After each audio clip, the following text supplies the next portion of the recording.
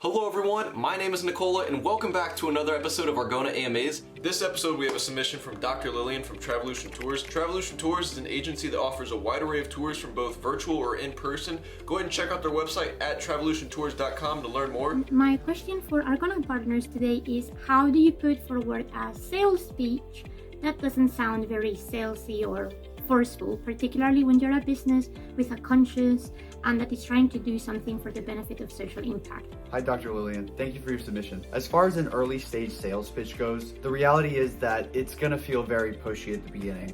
And the reason being is because you haven't tested or validated your market at all. So what you really have to do is focus on early adopters. What I would be doing at the early stage when you're first developing your sales pitch, make sure that you have all of the documents, all of the information that you're going to need, right? Whatever scripts you might want to develop, and then go about testing it with your assumed early target market.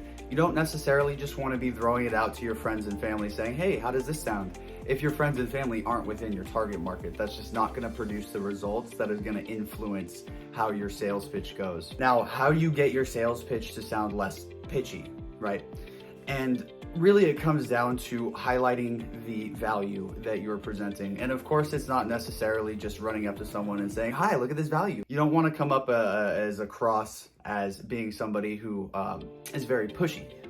And so the idea here is that you're providing value. This is where marketing aligns with sales, and it's not necessarily just a sales push. What you're doing is you're aligning what you're providing, the value that you're providing for the customer with what you're selling, right? So they go hand in hand there. And so it takes a little bit of nurturing, a little bit of marketing for them to understand where that value is coming from. Now, when we're talking about how you integrate that into a sales pitch, right, it's not necessarily that you want to go and reach out to somebody with an immediate sales offer.